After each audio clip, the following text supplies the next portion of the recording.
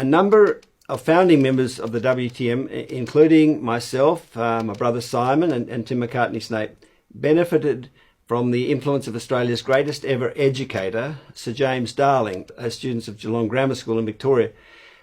Described as a prophet in the true biblical sense in his 1995 full-page obituary in the Australian newspaper, Sir James was certainly an extraordinarily profound, denial-free, truthful thinker, and I refer to his words often in my writing.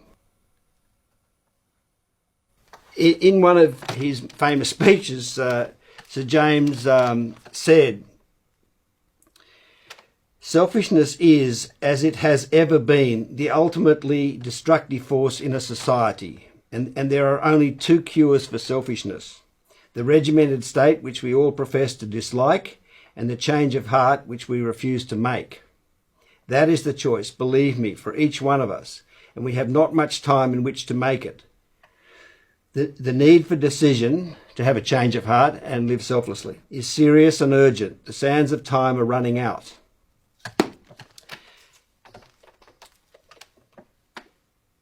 Sir James has, in this passage, identified selfishness as the ultimately destructive force and stated that historically there have only ever been two cures for selfishness. The regimented state, which we all profess to dislike, he said, and the change of heart, which he said we all refuse to make. Obviously, the regimented state is a reference to the dogmatically imposed and strictly enforced selfless, cooperative, communal, social state of communism or socialism. As has been emphasised, being fully conscious, self-managing beings, having to subordinate our thinking mind to dogma was never going to work. De-braining ourselves was no real answer to our problems. Ultimately, we needed brain food, not brain anaesthetic. We needed understanding for our thinking mind, in particular understanding of why we humans are fundamentally good and not bad, evil, worthless beings. In short, we needed the dignifying, redeeming, transforming understanding of the human condition. What Sir James recognised was that despite the urgency, we would refuse to make the change of heart from living selfishly to living selflessly until humanity achieved that breakthrough.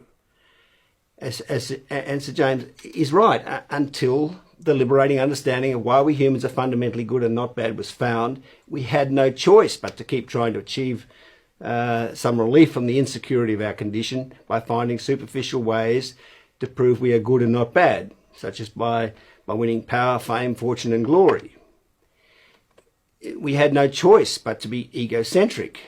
We had no choice but for our conscious thinking self, which again is how the dictionary defines ego, to be focused or centred on trying to prove we are not bad, worthless and meaningless.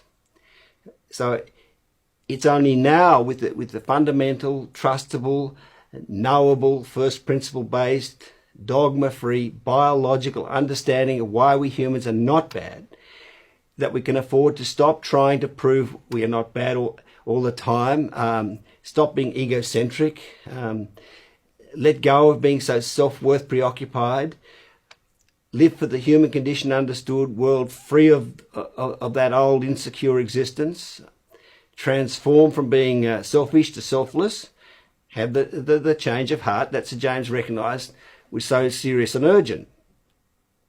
Since materialistic luxuries like glittering dresses, sparkling diamonds, bubbling champagne, huge chandeliers, silver tea sets, big houses, swimming pools, shining pretentious cars, gave us the fanfare and glory we knew was due us, but which the world in its ignorance of our true goodness would not give us. Materialism was one of the most important means by which we could sustain our sense of self-worth while the upsetting search for the liberating understanding of why we were good and not bad was being carried out. In fact, when we only had our ability to win power, fame, and fortune, and with fortune or money or capital, acquire materialistic luxuries to sustain our sense of self-worth while the upsetting search for understanding of our worth was being carried out. These relieving artificial forms of reinforcement were the only engines driving the old insecure world, the only rewards that were sustaining the all-important search for self-understanding, which of course is why socialism, which sought to replace the engine of greed with the idealism of selfless cooperativeness before we had found self-understanding, couldn't and didn't work. So this egocentric, self-centered, individualistic, selfish, greedy, competitive, power, fame, fortune, and glory-seeking existence was also a constructive force, as well as the inequality-producing and human suffering, earth-destroying, destructive force that Sir James described it as. So yes, there was indeed truth in the saying, greed is good. These protests against greed that we've been seeing in 2011 are in truth naive, pseudo-idealistic protests against the reality of the insecurity of life under the duress of the human condition. Of course, this constructive and destructive, good and evil aspect of our behaviour is the core paradox of the whole human condition that we are now at last able to explain and understand.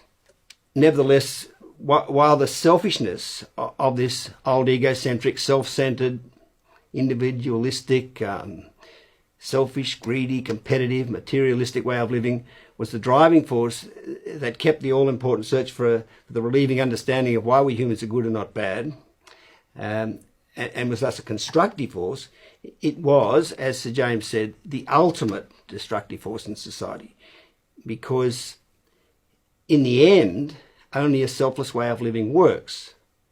Ultimately, selfishness is destructive. No matter how much you try to control and regulate it, a society operating from a basis of selfishness will ultimately become dysfunctional. There was a limit to how long we could keep going under the drive of selfish greed. Ultimately, for human civilization to survive, selflessness had to become the driving force in the world. Ultimately, there had to be, as Sir James said, a change of heart. As many people have recognised and said over the years, it's not that humans lack the ability to fix the world, it's that they lack the will, which is the change of heart, the preparedness to live selflessly that Sir James recognised was needed.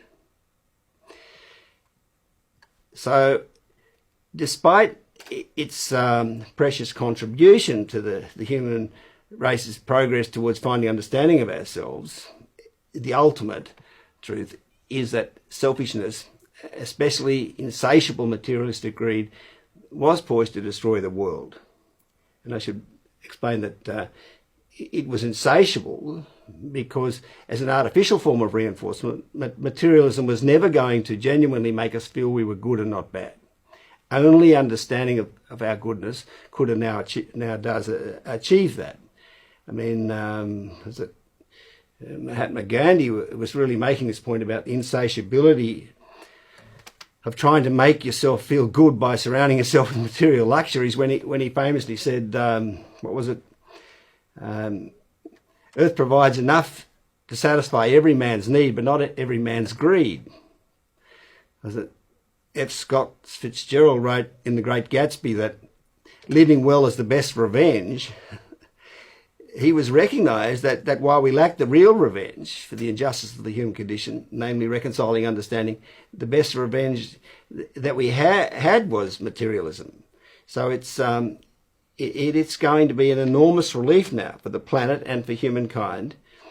In fact, it's going to make all the difference that through the finding of understanding of why we humans are good and not bad, we can finally let go of our selfish, egocentric, have to prove our worth, materialistic, power, fame, fortune and glory-seeking way of living and take up the transformed, human condition liberated, selfless existence.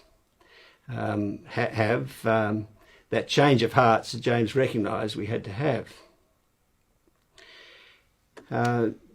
Just to look at the change that's going to come to our old materialistic way of living. In front of me here, there's a teaspoon.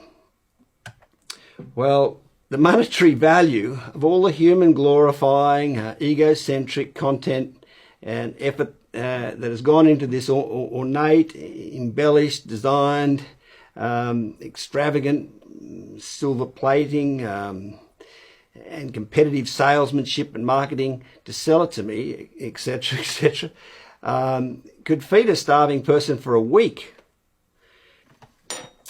My extravagant watch and my shirt and my sophisticated pens, you know, that are in truth all obscenely extravagant in a human condition free world. I mean, I should redesign all these items so that they're not so extravagant, and it won't be long before I and everyone else in the world will be doing just that. Imagine if all the car makers in the world were to sit down together and design one extremely simple, embellishment-free, functional car that was made from the most environmentally sustainable materials. How cheap to buy and humanity and Earth considerate that vehicle would be. And imagine all the money that would be saved by not having to different car makers duplicate their efforts, competing and trying to outsell each other, and overall how much time that would liberate for all those people involved in the car industry to help those less fortunate and suffering in the world. Imagine when each house is no longer designed to make an individualised sort of ego-reinforcing status symbol statement for its owners, and all houses can be constructed in a functionally satisfying, simple way. How much energy, labour, time and expense will that free up to care for the well-being of the less fortunate and the planet? And these transformations are all going to occur.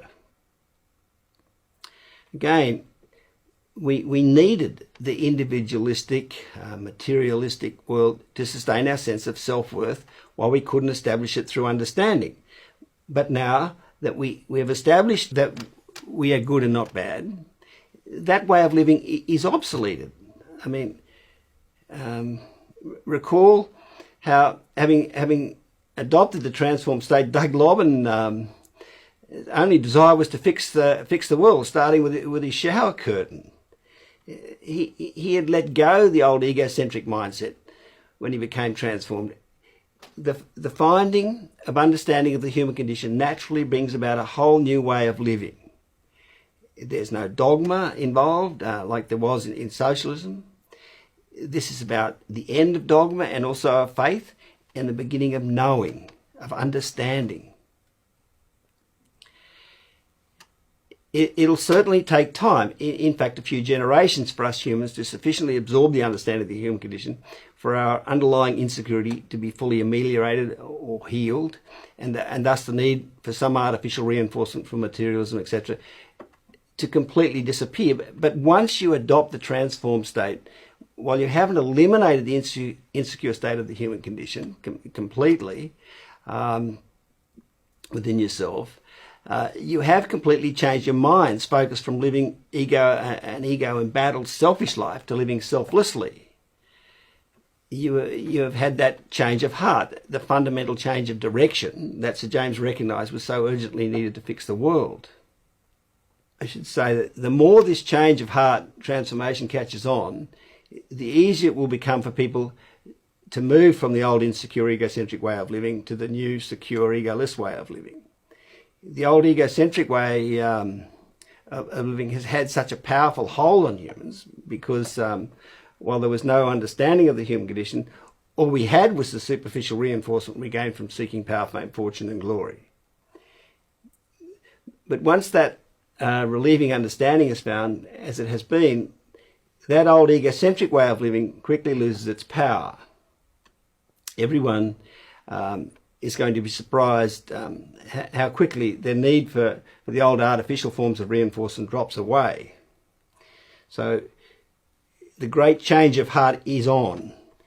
Imagine when we no longer have to dress to impress, deceive and disguise, especially when women no longer have to be preoccupied with being sex objects, how much freedom that is going to unleash, and how much time, energy and resources will it save. Imagine when communication technology is used only to spread reconciling truth rather than truthless, alienated, escapist, superficial drivel as it's currently doing. How much relief that's going to bring to humans and thus the world. End the human condition and you end all the big problems of the world, and thus in truth all the little problems too. The overall point I'm making is of the immense power of cooperative selflessness to solve all our problems. If we were all selfless, we could solve the AIDS epidemic literally overnight, because all it would take would be for everyone to agree to be tested for the AIDS virus, and those who tested positive to agree to not having sexual relations with anyone who doesn't have the virus. When everyone is selfless, we'll be able to solve the greenhouse gases, global warming problem almost overnight by everyone, agreeing to hold their breath every third breath or something. Well, that's obviously not going to work, but the point is we'll be able to do whatever it takes. Actually, the most effective control mechanism we have available to us is our ability to curb our numbers. And by not reproducing as much, at least until we have stabilised all the threats to our world, it's the capacity to be selfless that has been missing from the human situation. Understandably, this power of selflessness has not been something we humans wanted to acknowledge or think about, because it has been too confronting of our present massively embattled, ego-hungry, desperately needing self-gratification and glorification, selfish, greedy, materialistic existence. We have had to live an alienated, escapist, materialistic life because we haven't been able to live a secure, honest, spiritualistic life. But now, with the human condition explained, we can. Earlier, I used the example of a Seventh-day Adventist community to illustrate the power of cooperativeness, of cooperation.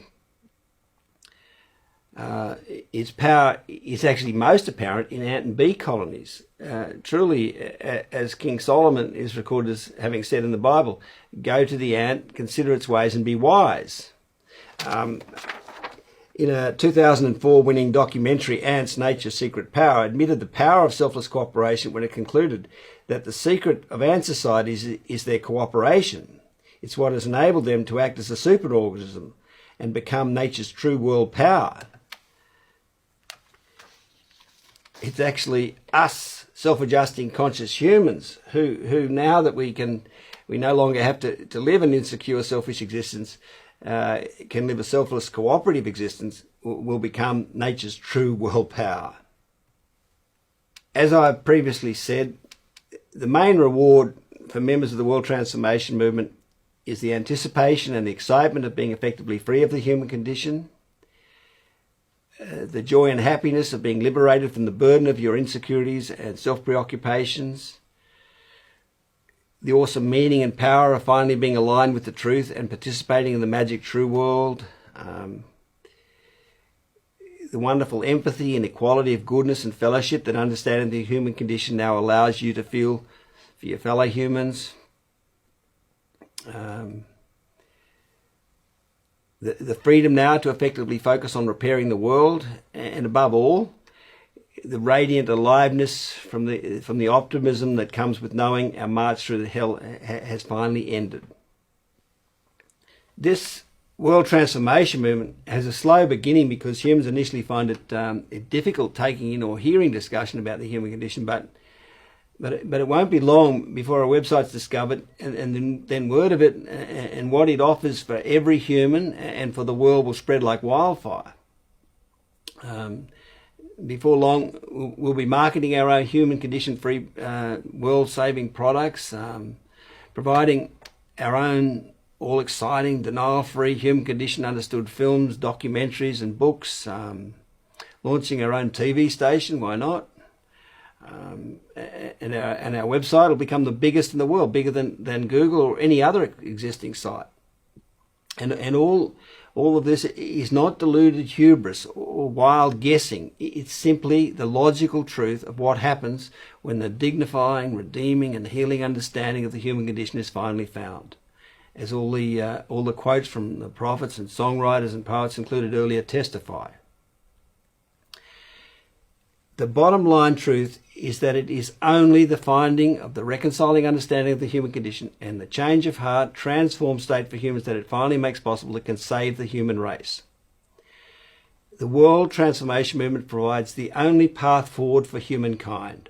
All else is ever increasing, excruciating, unthinkable suffering and ultimately doom for our species. So become a member of the world transformation movement.